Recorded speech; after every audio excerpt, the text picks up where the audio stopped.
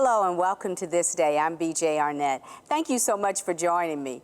Have you ever thought to yourself, wow, you're turning 10, 11, 12, 13, 14, we're at that 15 point, oh my God, I have a teenager.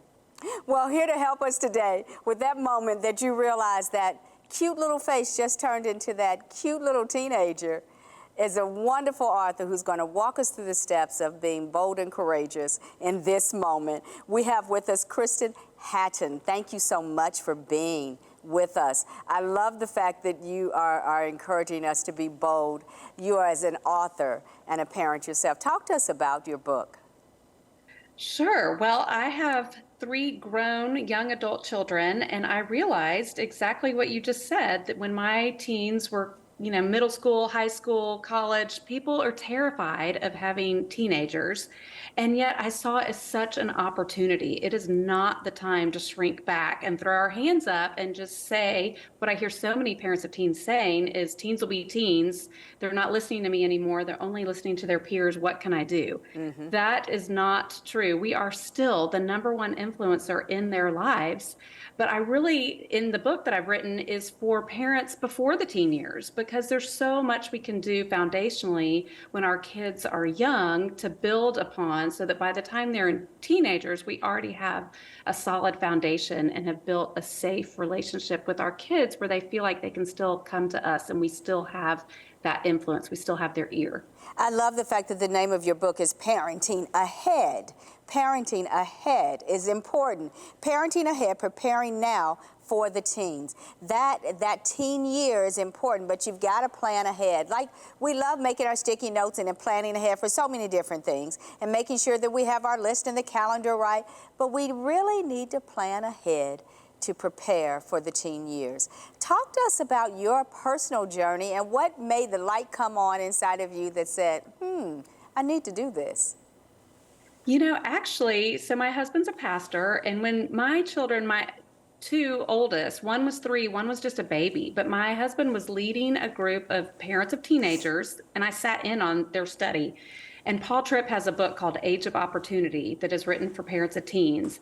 And he really talks about it being an opportunity mindset instead of one to fear or dread. And so from the time my children are little, I latched on to that idea of this is an opportunity.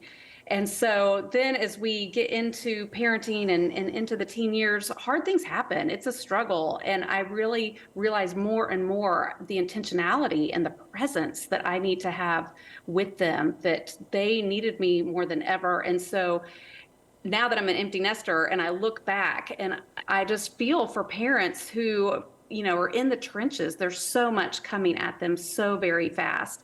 And so I want to give them this vision of an opportunity. I like to think of parenting as a farmer. We know that when we have, or maybe you're a gardener, it takes time, it takes dedication, it takes, planting the seeds and tilling the soil and keeping the bugs and the rodents out. But there's a lot of things we don't have control over. We don't have control over the weather and other things. And we don't see the fruit right away. It's a long haul, long-term, engagement. And so if we can keep that in mind too, that what we do today matters, we just may not see the fruit until way down the road. It's interesting that you say that, because I think that one of the things that we might need to consider is the relationship between us with our children when they're little, when they're the toddler, that they're, standing up for the first time and pulling something off the table, and the 1 to 5-year-old movements versus the 6 to 9-year-old movement, and then the 10 to teen years. Those are all different steps in their lives, but I think how we start with our children has to do with how we get to preparing for that teen year. That's right. And like I said, it's a building block. And so for instance, if our children learn that they can persuade us and get their way, because we always give in to, say, a 2-year-old that wants another snack. Well, that feels pretty benign to give them another snack. But we need to evaluate our hearts. Why are we doing that? Sometimes we might do it because we're at a park and we want to continue our conversation with another parent. And so it's just easier to give in to our child and give them what they want. But play that forward. And that's what this book, Parenting Ahead, does. It plays it forward for you to see how the decisions over time build. And so if our child has learned, I know how to get my way from my mom or dad, then all of a sudden it becomes a whole lot harder to say no and have those boundaries when a lot more is at stake when they're teenagers. That's so important, and that's true with adult relationships as well, because whatever, we all have an expectation, and whatever we put in years ago, there's an expectation that the good things will continue and the bad things will go away. Sure. Will go away. But there's a part of what you speak about that's so important that talks about setting limits and giving understanding of these are the house rules, if you will. That's right. And our children need boundaries. They're not going to say they want them, but they really do want them. And it's interesting. My daughter, when she went to college, she realized from her new friends that all of a sudden her having a curfew, which she fought us on big time throughout her years at home, that her friends were kind of jealous that she had parents that imposed a curfew, because all of a sudden she's hearing a different perspective and they're saying, you're so lucky. Your parents loved you. They cared about your safety. They cared more about you than being the cool parent and having the party. And so she realized that, she knew that we loved us, but she just thought that we were being too strict. But all of a sudden she saw this other perspective and realized that, no, it's because we loved her so much that we had to take care of her safety. And even if that meant that she was mad at us in the moment, it was more important that we did what we thought was best for her safety and protection. That's so important, because even, you mentioned gardening at the open of the show, and when we are growing a perfect plant, we will put brackets around that plant, sturdy sticks in that pot, and we'll maybe put some twine around that plant in its early stages in order for it to go straight. It's really the same kind of principle, that in order for our children to grow the way they need to grow, we might need to start off a little tighter at the beginning, so that as they grow in their understanding, they grow healthy and strong. Absolutely. I like to think of it as a fish in an aquarium, and the fish is free to swim because it has the guardrails of the aquarium. But if all of a sudden those walls were gone, that fish would die. It can't survive without being in that contained body of water. And so it's the same thing for our kids. We're putting these guardrails up for their protection and because we love them, and they grow and thrive in that. I think I really love the concept of allowing our children to grow and thrive. And part of that growth is when we see them be able to come to us, like you said, talked about your daughter being able to share with you that her friends were a little jealous. Those kinds of conversations come as a child matures, and it's a wonderful point in time. But in order to get there, there has to be some real clear conversation, honest conversation, eye to eye, that will allow us to hear the heart of the child and the child to hear the heart of us. That's right. And I talk a lot about how just 10 minutes a day of true connection is so important.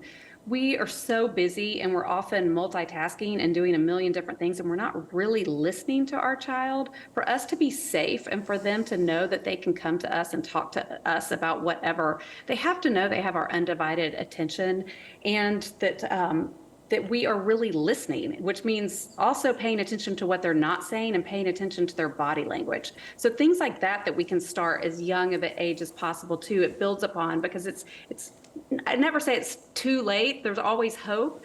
But if our children have gotten the message all along the way that mom and dad really aren't listening, they don't listen to me, then they're not going to be as inclined to come to us when they're teenagers.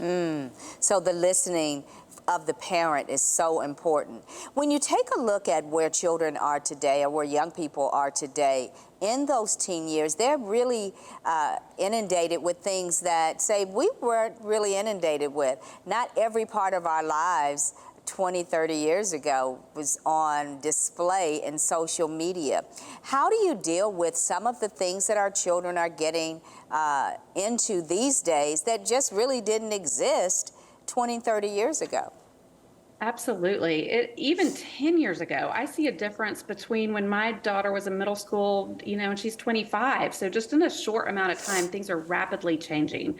I think it's so important that we're having these conversations. And for instance, pornography is coming to our children through their cell phones. And so we cannot put our heads in the sand. Right. We have to know that sadly they are going to be exposed. And if we want to be the shaping influence of how they think on things and protecting them, we need to be a step ahead. And so we need to have these conversations and start when they're young at an age appropriate way and then build upon them. And then just social media in general and all the other things, parenting to the heart. I always want to ask my children, like when we would look at social media together, I would ask questions like, why do you think they commented like that? Why do you think they posted that picture? To help them think deeper about what is it that we are seeking? Are we seeking attention, affirmation, and to help them just open up their minds about themselves and other people to see how social media is affecting us and how we're using it and what's really going on in our hearts. I think that's the key. You said social media and how we're using it, and not let social media use us. I think that's really a key statement there. One of the things that we recognize is that in that thought of our children are experiencing things that we did not experience, I think we have to draw back to what you said earlier about having those honest conversations, spending that 10 minutes to hear what our children as young people are going through. They're not a baby. They're about to be able to step out into the world. So that honest conversation about what they're seeing in terms of things that are popping up on their phone, they may not have even done anything to make it pop up. It simply is there, and it's a part of an attack that's about our children. As you look forward to your child coming from teen years to young adulthood, give parents a 1, 2, 3 punch of how to navigate to this wonderful time where they graduate college, where they are standing in front of you as this proud young person. And it really is such a sweet time. And now is the time you get to enjoy the fruit of your labor and really be friends with your child. I think too often we try to rush that and we want to be friends with our child when they're young. And so that's when we don't have the boundaries and we're more permissive. But now, if you've done that hard work and then all of a sudden they're grown up, my daughter's married, and it's just so sweet to watch them, but also to have the conversations, the depth, and to hear how my kids think and to pursue their passions. But all of it took, this long range approach of getting to where they are now, that we can now enjoy a close relationship where we are able to talk and enjoy being together.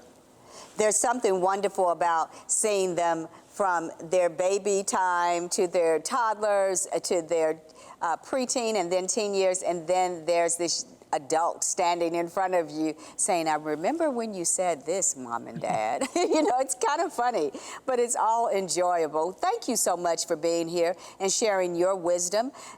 You are a plethora of great information for navigating through those years. Well, thank you, BJ. I enjoyed being here with you today. This is pretty awesome. If you want to know more information, it's KristenHatton.com, and that's Tatton. Just take a look at all the wonderful books that she has, and you can navigate to your child's teen years.